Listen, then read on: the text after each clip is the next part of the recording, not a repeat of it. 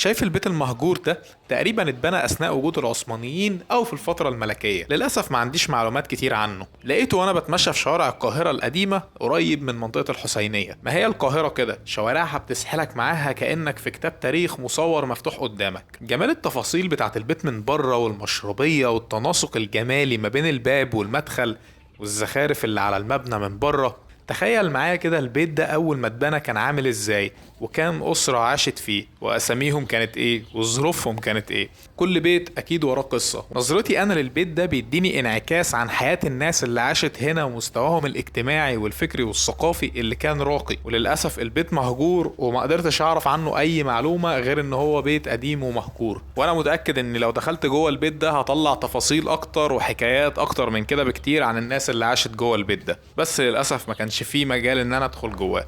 فخليني ماشي رحالة في شوارع بلدنا نشوف كل ما يسر العين. ما تنساش اللايك والشير والفولو.